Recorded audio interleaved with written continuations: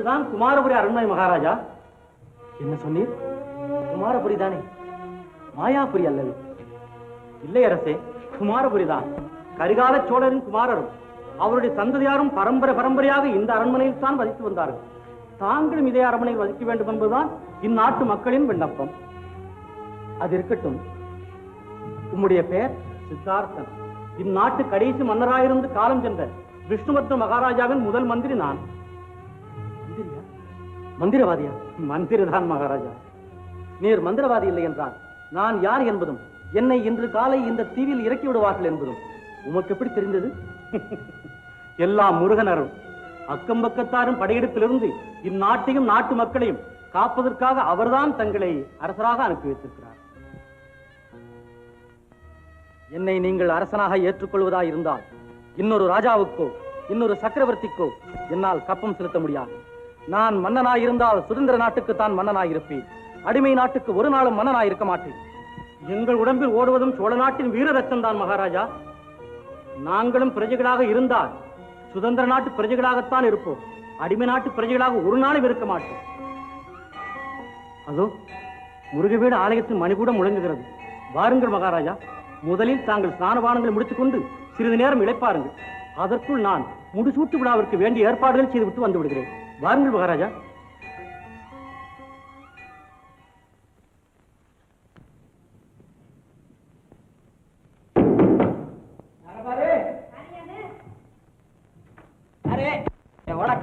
உன்னை கைப்படையாக பிடித்துக் கொண்டு வருமாறு சக்கரவர்த்தியின் கட்டளை. உடனே புறப்பட்டு வருகிறாயா, இல்ல இழுத்துச் செல்லட்டுமா? நல்லா இருக்கையா நீங்க கைது செய்ய வந்த லட்சணம். எங்க சோழ நாட்டுல மரியாதைக்கு எப்பவும் குறைச்சல் கிடையாது. உங்க பல்லவ நாட்டுல அதுக்கு பஞ்சம் போல இருக்கு. ஓஹோ, நீதான் வாயாடி வள்ளியா? உன்னையும் இவனுடன் அழைத்துக் கொண்டு வர சொன்னார் சக்கரவர்த்தி. சொன்னாரா? வரேன் வரேன். உங்க சக்கரவர்த்திய நானும் பார்க்கணும். பார்த்து உறையூர்ல இருந்து கொஞ்சம் மரியாதை மடியில கட்டிக்கிட்டு போங்கய்யான்னு சொல்லத்தான் போறேன். அட வாங்கய்யா, உங்களையும் தான்.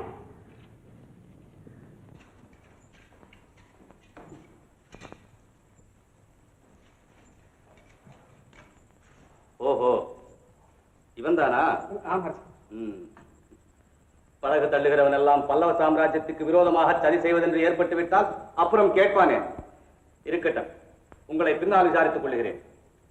ஏ ஓடக்காரா, நான் இப்போது கேட்பதற்கு பதில் சொல். நமது சாம்ராஜ்யத்துக்கு விரோதமாக கலகம் செய்யும்படி இளவரசரை தூண்டிவிட்டது யார்? பிரபு, இதோ உங்கள் முன்னா நிற்கிறாரே, இந்த மாரப்ப பூபதி தான். அரசே, பொய். இவன் சொல்வது முற்றிலும் பொய். இளவரசரை நான் தூண்டிவிடவே இல்லை. இவர்கள் சதித்திட்டங்களை கண்டுபிடிப்பதற்காக இவர்களுக்கு நல்லதை செய்வது போல கூடவே இருந்து நடித்திருக்கிறேன். ஆனால் அப்போது அச்சுதவர்மனிடம் எல்லாம் விவரமாக சொல்லியிருக்கிறேன். துரோகி. யார் அது?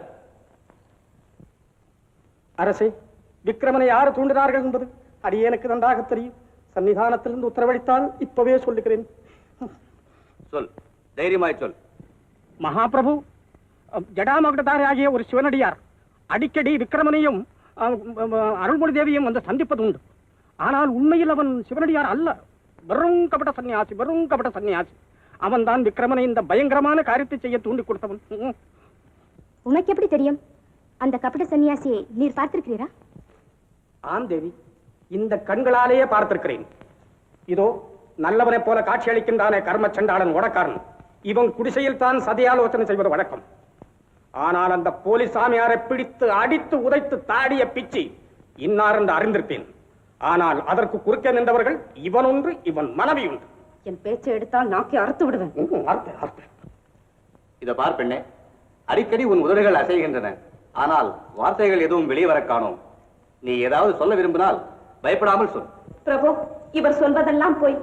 சிவனடியார் இளவரசரை தூண்டிவிட்டார் என்பது பெரும் போய். சாமியார் பெரிய மகான்.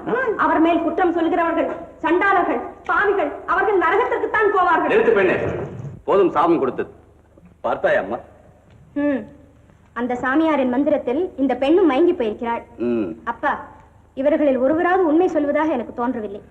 உண்மைதான். எனக்கும் உன் பேரில் ஏற்பட்ட சந்தேகம் இன்னும் தீரவில்லை பூபதி. போனால் போகிறது என்று இந்த தடவை உன்னை மன்னிக்கிறேன். இப்போது நீ போகலாம்.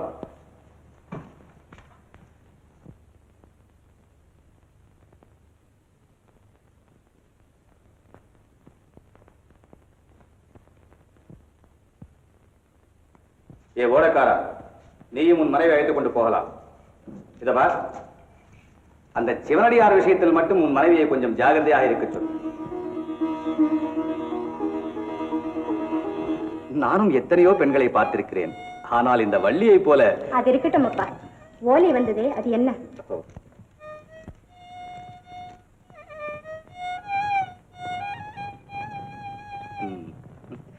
போலி சிவனடியாரை பற்றி நாம் இத்தனை நேரம் பேசிக் கொண்டிருந்தோம் அல்லவா? உண்மையான சிவனடியார் ஒருவர் இப்போது வருகிறார். நகருக்கு வெளியே சென்று அவரை நாம் எதிர்கொண்டு அழைத்து வர வேண்டும். அவர் யார்? அப்படிப்பட்ட சிவனடியார்? ஒருவேளை அப்பர் பெருமானோ? இல்லை, பரஞ்சோதி அடிகள். யார்? உங்களுடைய பழைய சேனாதிபதியா? உங்களுடன் வாதாபிக்கு வந்து புலிகேசியை வெல்வதற்கு உதவி புரிந்தவரா? அவர் உதவி புரியவில்லை குழந்தாய். அவர்தான் புலிகேசியை வென்றவர். புற்றிலிருந்து ஈசல் கிளம்புவது போல் கிளம்பிய சலுக்கர் படைகளை துவம்சம் செய்தவர். அந்த மகாவீரர் தான் அறையில் உடுத்த துணியுடன் விபூதி ருத்ராட்சதாரியாக இப்போது ஸ்தல யாத்திரை செய்து கொண்டு வருகிறார். தமது பெயரை கூட அவர் இப்போது மாற்றிக்கொண்டு விட்டார். சிறு தொண்டர் என்று தம்மை அழைத்துக் கொள்கிறார். வாமா, நாம் போய் அவரை அழைத்து வரலாம்.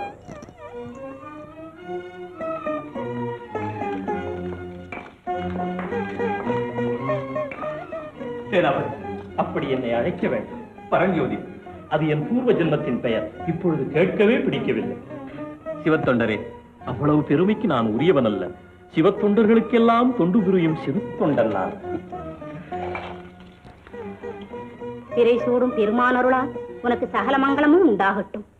உன் மனதிற்கு செய்த மணாளனை மணந்து தீர்க்க சுமங்கலியாக வாழ்வாய். சிறு தொண்டரே, நான் இச்சமயம் முறையூருக்கு வந்தது எவ்வளவு அதிர்ஷ்டம். இல்லாவிட்டால் உங்களை பார்த்திருக்க முடியாதல்லவா? நீங்கள் தான் காஞ்சிக்கே வருவதில்லை. என்னை அடியோடு மறந்து விட்டீர்கள். தங்களை நான் மறந்து விடுவதா? ஒரு நாளும் இல்லை. தென்னாட்டில் நான் தரிசித்த ஒவ்வொரு ஸ்தலத்திலும் உங்களுடைய நினைவு எனக்கு ஏற்பட்டது. கடைசியாக பழனிமலையில் எழுந்தருளி இருக்கும் ஆண்டவனை தரிசித்த பொழுதும் எனக்கு தங்களுடைய நினைவுதான். அவர் சந்நிதியில் நான் விரும்பியது உடனே நிறைவேறிவிட்டது. இங்கே வந்ததும் உங்களை பார்த்து விட்டேன். மிக்க சந்தோஷம். அப்பா, இவர் எவ்வளவு நல்லவராக இருக்கிறார். இங்கேயும் இருக்கிறாரே ஒரு சிவனடியார். ஏதும் அறியாதவர்களை எல்லாம் உங்களுக்கு எதிராக தூண்டிவிட்டு வேடிக்கை பார்க்க. வாருங்கள்.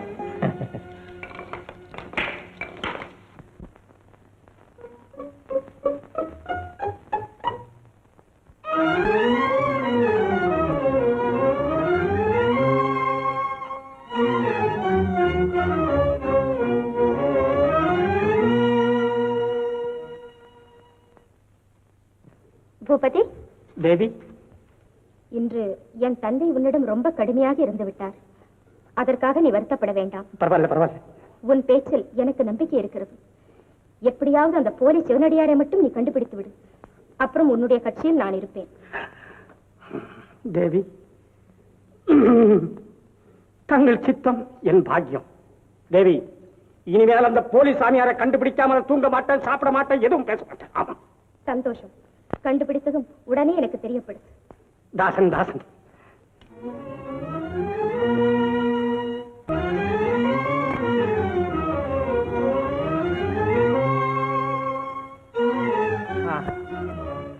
நான் கண்டது கனவா அல்லது உண்மைதானோ? நான் மரப்பு பூபதியா? ஆமா, மரப்பு பூபதி தான். நான் எங்க இருக்கிறேன்? வந்த இடத்துல தான் இருக்கிறேன். அந்த சாமியார் பயலை கண்டுபிடிக்கணும். என் குந்தவி கழுத்தில் தாலி கட்டணும், தாலி கட்டணும். தவிக்கிறேன். சாமியார் பயலை ஆப்பட்டுக்கிட்டியா?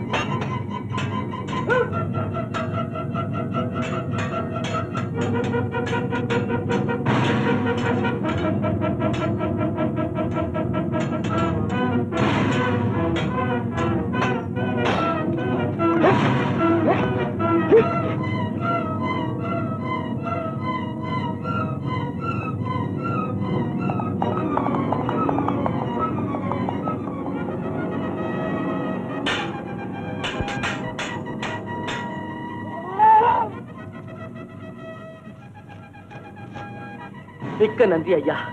நல்ல சமயத்தில் வந்து என் உயிரை காப்பாற்றினீர்கள். உம்முடைய உயிரை நான் காப்பாற்றவில்லை, நீரே தான் காப்பாற்றிக் கொண்டேன். 4-5 பேர்களை வேலை தீர்த்த உமக்கு இன்னும் 1-2 பேர்களை வேலை தீர்ப்பதுதானா பிரமாதம்? நான் வருகிறேன். நில்லுங்கள் ஐயா, அதற்குள் போகிறீர்களே. தங்களிடமிருந்து நான் இன்னொரு உதவியையும் எதிர்பார்க்கிறேன். எனக்கு தெரியும், உமக்கு வேண்டியது என்னுடைய குதிரைதானே. வேண்டாம் ஐயா, வேண்டாம். இனிமேல் இந்த வழியாக போனால் நீர் மட்டுமல்ல, என்னுடைய குதிரையும் இந்த காட்டு மிருகங்களுக்கு இரையாகிவிடும். அப்படியானால் வேறு வழி? இங்கிருந்து கொஞ்ச தூரத்தில் ஒரு சிற்பியின் வீடு இருக்கிறது. என்னுடன் வந்தால் அங்கே தங்கலாம். பொழுது விடிந்ததும் நீர் போக வேண்டிய இடத்துக்கு போகலாம். மகிழ்ச்சி. வாரோம்.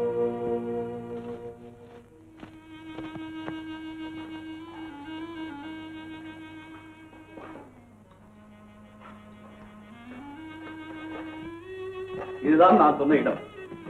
இன்று இரவு இங்க கழிக்கலாம். பொழுது விடிந்ததும் நீர் போகலாம். அப்படியே ஆகட்டும். ஆனால் இது யாருடைய வீடு என்று சொல்லவில்லையே. இப்படிப்பட்ட அடர்ந்த காட்டின் நடுவே யார் வீடு கட்டி கொண்டு வசிக்கிறார்கள்? எதற்காக? இந்த வீட்டை கட்டியவர் இப்போது இல்லை. அது ஒரு பெரிய கதை.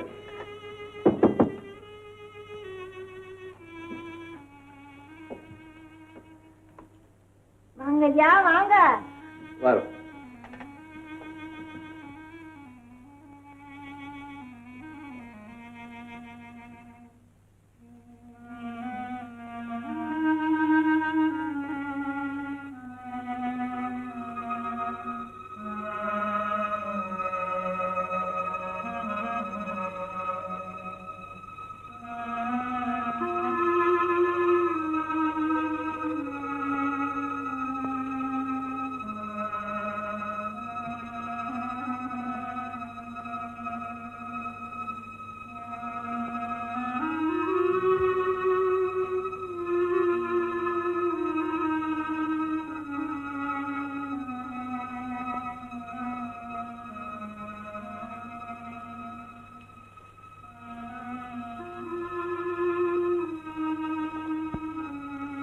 என்ன அற்புதமான சிற்பங்கள்! எந்த மகா சிற்பி இவற்றையெல்லாம் அமைத்தான்? தெய்வீக அழகு பொருந்திய ஒரு பெண்ணின் உருவம் இங்கு அதிகமாக காணப்படுகிறது. இந்த பெண் உண்மையில் இருந்தவளா, இல்லை சிற்பியின் சிருஷ்டியா? நான் தான் சொன்னேனே, அது ஒரு பெரிய கதை என்று. மிஞ்சி உள்ள இரவை தூக்கமென்று கழிக்க உமக்கு இஷ்டமா இருந்தால் சொல்லுகிறேன். எனக்கு பசி பிராணம் போகிறது. அதோ பாட்டி புரிமாவும் வெல்லமும் கொண்டு வருகிறார். முதலில் சாப்பிடுவோம். சாப்பிடுங்க. ரொம்ப நல்லது. ஆமாம், தங்கள் பெயர் என்னது என்று சொல்லவில்லையே? என் பெயர் வீரசேனன். உம்முடைய பெயர்? என் பெயர் தேவசேனன். ரொம்ப நல்லது. இருவருக்கும் பெயர் ஒற்றுமை இருப்பதால் நீர் என்னிடம் மனம் விட்டு பேசலாம். ஆமாம், உறையூருக்கு நீர் இவ்வளவு அவசரமாக போக வேண்டிய காரணம் என்ன? ரத்தின வியாபாரம் செய்வது உம்முடைய நோக்கமா இருந்தால் முதலில் காஞ்சி நகருக்கல்லவா போக வேண்டும். என்னுடைய தாயார் உறையூரில் இருக்கிறார்கள். அவர்களை பார்க்கும் ஆவலினால் தான் சீக்கிரமாக போக விரும்புகிறேன். என்ன, நீர் செண்பகத்தீவை சேர்ந்தவர் என்றல்லவா சொன்னீர்? என்னுடைய சொந்த ஊர் உறையூர் தான். சில வருஷங்களுக்கு முன்னால் பொருள் தேடுவதற்காக செண்பகத்தீவுக்கு சென்றேன். உறையூர் பல்லவ ராஜ்யத்துடன் சேர்ந்து விட்ட பிறகு அதன் பழைய செழிப்பெல்லாம் தான் போய்விட்டது. ராஜகுடும்பம் இல்லாத ஊரில் ரத்ன வியாபாரம் என்ன நடக்கும்? நானும் அதைத்தான் சொன்னேன். நான் அதை கேட்கவில்லை. கதையை சொல்லுங்கள். சரி, சொல்லுகிறேன். உமக்கு மரணத்தில் நம்பிக்கை உண்டா? இது என்ன கேள்வி? மரணத்தில் நம்பிக்கை உண்டா என்றால்? அதாவது மனிதர்கள் உண்மையில் மரணம் அடைகிறார்கள் என்பதாக நீர் நினைக்கிறீரா? உயிர் போய்விட்டது என்று நாம் சொல்லும் போது உண்மையில் உயிர் போகிறதா, அல்லது உடல் மட்டும் போய் உயிர் இங்கேயே இந்த உலகத்திலேயே சுற்றி கொண்டிருக்கிறதா? இறந்து போனவர்கள் நம்மை பற்றி நினைக்கிறார்களா? நம்மை பார்க்க வருகிறார்களா? நம்முடைய நடவடிக்கைகளை அவர்கள் கவனிப்பது உண்டா? தங்களுக்கு தோன்றும் இந்த சந்தேகம் எனக்கும் சில சமயம் தோன்றுவதுண்டு. தீர்ப்பாரைத்தான் காணும். எனக்கு என்னமோ மரணம் என்பதே பொய் என்று தோன்றுகிறது. மரணத்துக்காக விசனப்படுவதும் மூடத்தனம் என்று நினைக்கிறேன். இந்த வீட்டில் 30 வருஷங்களுக்கு முன்னால் ஆயன சிற்பி அவருடைய மகள் சிவகாமியும் வாழ்ந்தார்கள். அப்போதெல்லாம் ஜல் ஜல் என்ற சதங்கை ஒலியும் கல் கல் என்ற கல்லொலி ஒலியும் இங்கே மாறி மாறி கேட்டுக்கொண்டே இருக்கும். சிவகாமி அற்புதமாக நடனம் ஆடுவாள். அவளுடைய நடன தோற்றங்களை பார்த்து பார்த்து ஆயன சிற்பி அழகாக சித்திரம் எழுதுவார், சிலைகள் வடிப்பார்.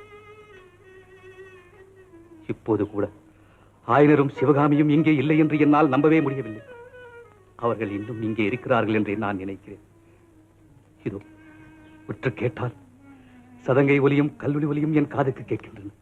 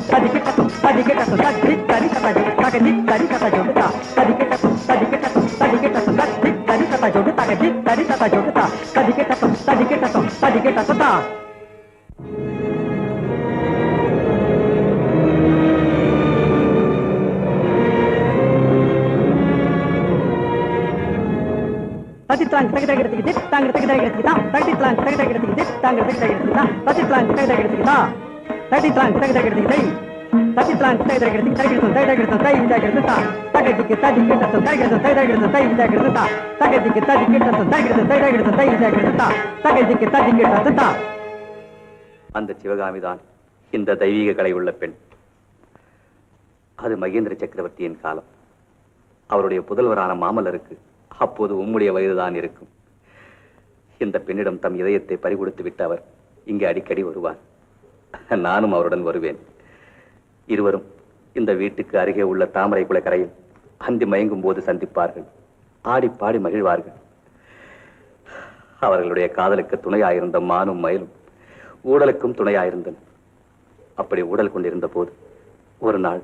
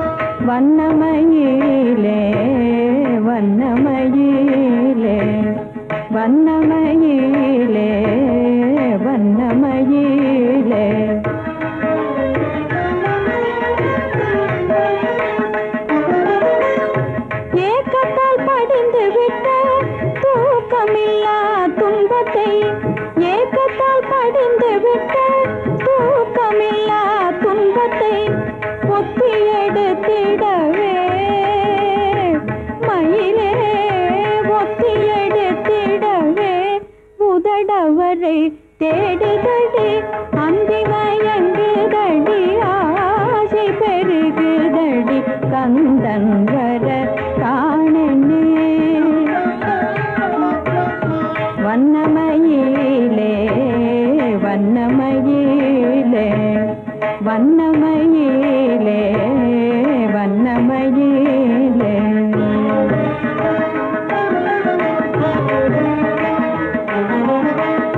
தாகத்தால் நாவரண்டால் தண்ணீரால் தணியுமடி தாகத்தால் நாவரண்டால் தண்ணீரால் தணியுமடி இதயம் வறண்டு விட்டால் எதை கொண்டு தணிப்பதடி இதயம் வறண்டு விட்டால் எதை கொண்டு தணிப்பதடி கள்ளச்சிரிப்பாயல் கன்னத்தை கிள்ளிவிட்டு கள்ளச்சிரிப்பாயல் கன்னத்தை கிள்ளிவிட்டு அள்ளி அணைத்திடவே மயிலே அள்ளி அணைத்திடவே அவர் வர காணே நடி அந்தி மயங்குதடி ஆசை பெருகுதடி கந்தன் வர காணனே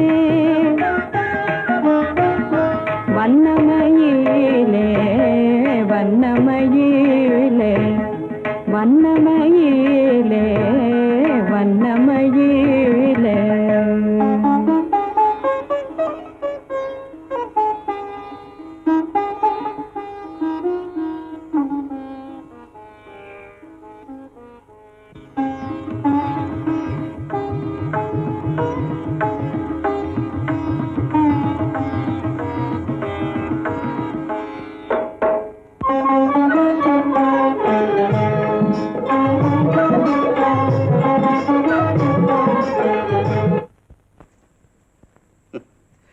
இன்பமும் துன்பமும் மாறி மாறி வருவதுதானே உலக இயற்கை. அந்த இயற்கையை ஒட்டித்தானோ என்னமோ வாதாபி சக்கரவர்த்தியான புலிகேசி காஞ்சியின் மேல் படையெடுத்தான். அவனுடைய படையெடுப்பை தம்முடைய ராஜதந்திரத்தால் முறியடித்து விட்டார் மகேந்திரர். அதனால் ஆத்திரமடைந்த புலிகேசி நாட்டை சூறையாடினான். நல்லவர்கள் எல்லாம் சிறைப்பிடித்தான். அவர்களுடைய விடுதலையில் வேட்கை கொண்ட சிவகாமி தன்னை மறந்தாள், தன் காதலை மறந்தாள். மாமல்லர் தடுத்தும் கேளாமல் தன்னை தானே சிறைப்படுத்திக் கொண்டு புலிகேசியுடன் சென்றாள். சவுக்கடிக்குள்ளான தன் நாட்டு மக்களை காப்பதற்காக அந்த சிவகாமி சந்தையிலே ஆடிய நடனம் சளுக்க வம்சத்தின் சர்வநாசத்துக்காக ஆடிய நடனம் போல இருந்தது.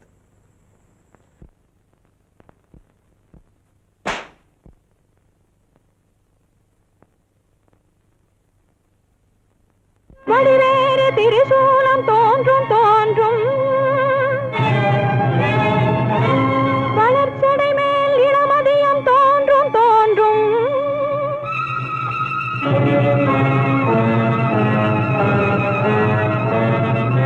வடிவேறு திரிசூலம் தோன்றும் தோன்றும் வளர்ச்சடை மேல் இளமதியம் தோன்றும் தோன்றும் வடிவேறு திரிசூலம் தோன்றும் தோன்றும் வளர்ச்சடை மேல் இளமதியம் தோன்றும் தோன்றும்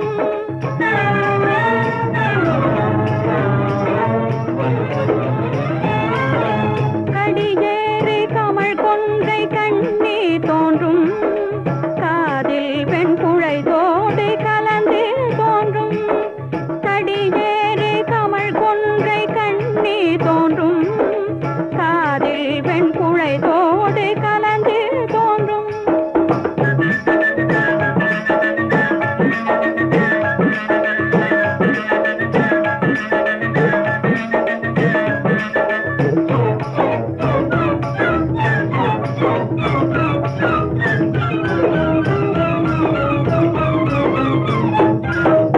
இடிவேறு களித்துருவை போர்வை தோன்றும் எழில் திகழும் திருமுடியும் இலங்கை தோன்றும் இடிவேறு களித்துருவை போர்வை தோன்றும் எழில் திகழும் திருமுடியும் இலங்கை தோன்றும் கொடியேறு திருமேனி பொலிந்து தோன்றும் கொடியேறு திருமேனி பொலிந்து தோன்றும் கொடியேறு திருமேனி பொலிந்து தோன்றும் கொடியேறு திருமேனி பொலிந்து தோன்றும் பொழில் திகழும் பூவளத்தென் புனித நாட்டு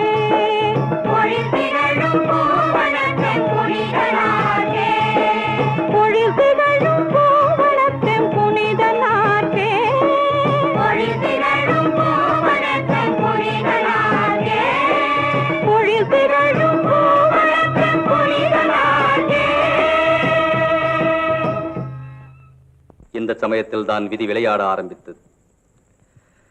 தம்முடைய விருப்பத்துக்கு மாறாக சிவகாமி சபதம் ஏற்றதை மாமல்லர் விரும்பவில்லை.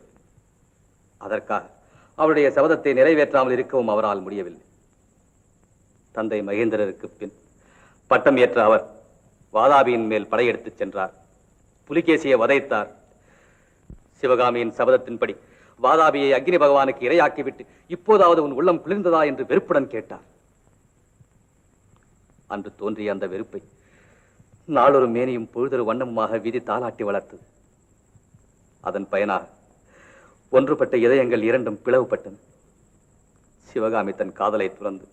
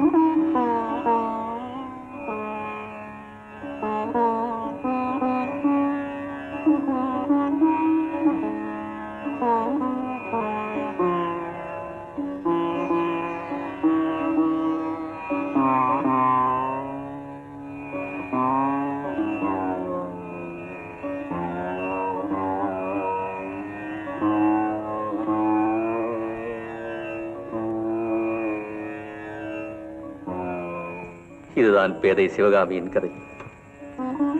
இதற்கு மேல் என்னை ஒன்றும் கேட்காதீர், தயவு செய்து கேட்காதீர். அதற்காக அழ வேண்டியவர் மாமல்லர் அல்லவா? தாங்கள் ஏன் அழ வேண்டும்? பழகின தோஷம்தான். படுத்துக்கொள்ளும்.